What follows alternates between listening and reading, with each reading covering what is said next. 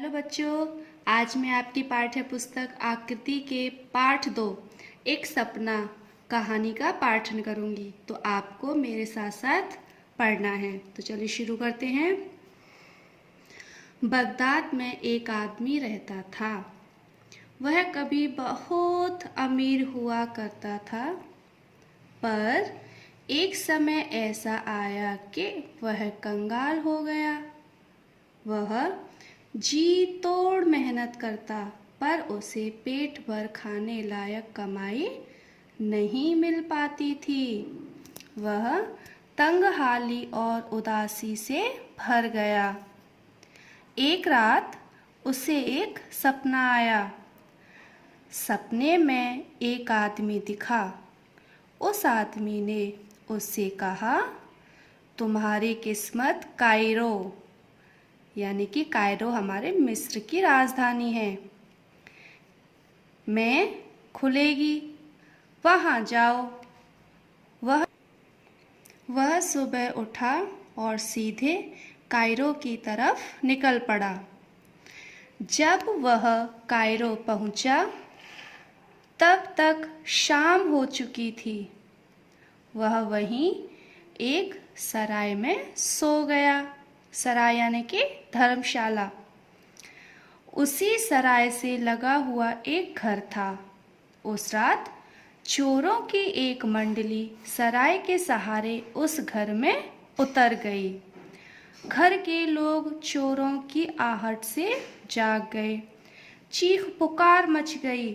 शोरगुल सुनकर वली अपने पंथियों की मदद करने आ पहुँचे, पर वली के पहुंचने से पहले ही चोर घर से भाग चुके थे। वली ने देखा कि सराय में एक आदमी सोया हुआ पड़ा है। उन्होंने उसे पकड़ लिया और इतना पीटा कि वह अधमरा हो गया। इसके बाद उस आदमी को जेल में डाल दिया गया। 3 दिन बाद इस आदमी को वली के सामने पेश किया गया। वली ने उससे पूछा, तुम यहाँ किस काम से और कहाँ से आए हो? आदमी ने वली को अपनी कहानी सुना दी। जनाब, एक रात एक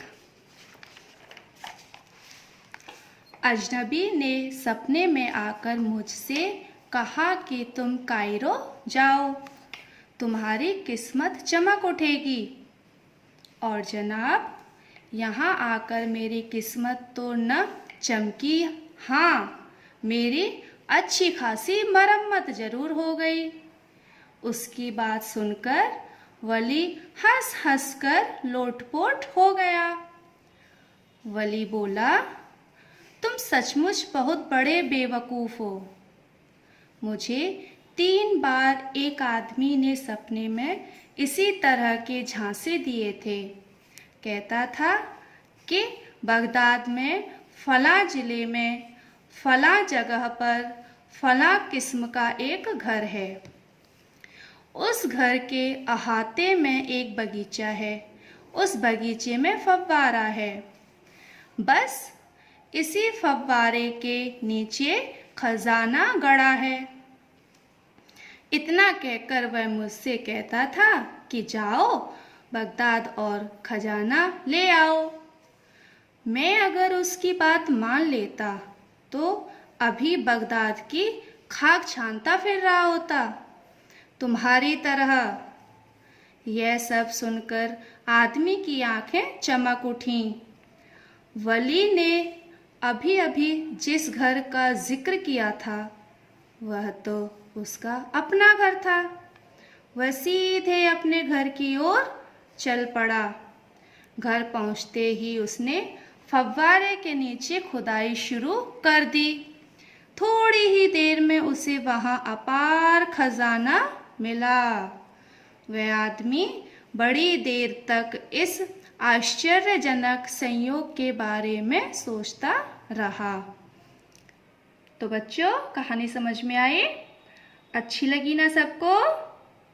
तो चलिए आपका गृह कार्य है कि इस कहानी में जितने भी कठिन शब्द आए हैं आपको इन कठिन शब्दों को अपनी कार्य पुस्तिका में सुंदर सुंदर लेख में लिखना है।